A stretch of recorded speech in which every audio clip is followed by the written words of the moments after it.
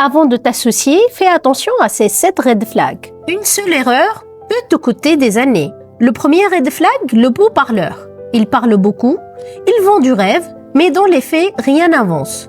Mets-le à l'épreuve. Confie-lui une tâche concrète. S'il se défile ou invente des excuses, c'est une alerte immédiate. Deuxième red flag, cette association n'est pas sa priorité. Pour toi, ce business est un projet principal. Pour lui, c'est secondaire, c'est un compliment. Je vous conseille donc d'observer où va réellement son temps. Sur un autre projet, un autre travail ou des priorités personnelles. Si vos priorités ne sont pas alignées, c'est toi qui porteras tout. Troisième red flag, vous n'avez pas la même vision stratégique. Toi, tu penses ambition, scalabilité et des millions. Lui, il vise le confort, quelques milliers et ça lui suffit. Vous ne jouez pas au même jeu. Dans ce cas, demandez-lui où tu te vois dans 1 an, 3 ans et 5 ans. Si sa vision est floue ou incompatible, c'est un danger.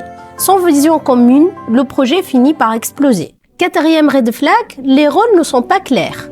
Parfois, il empiète sur tes tâches, parfois, il disparaît complètement. Donc, personne ne sait qui décide, ni qui est responsable de quoi. Dans ce cas, définissez les rôles dès le départ. S'il déborde ou agit sans concertation, le conflit est déjà programmé. Cinquième red flag, la gestion précipitée et désorganisée.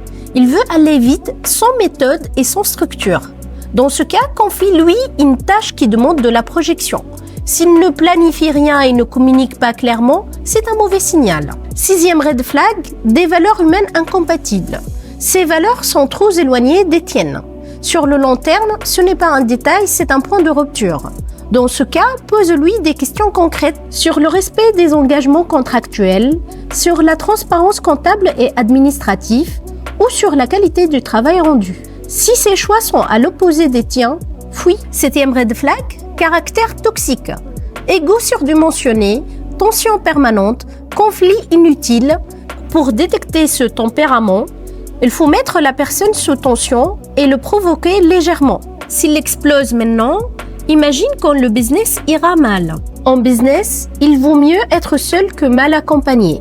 Tu t'associes par nécessité et non par envie et seulement si ton partenaire t'apporte une vraie valeur ajoutée. Un bon associé te sera un levier, pas un poids.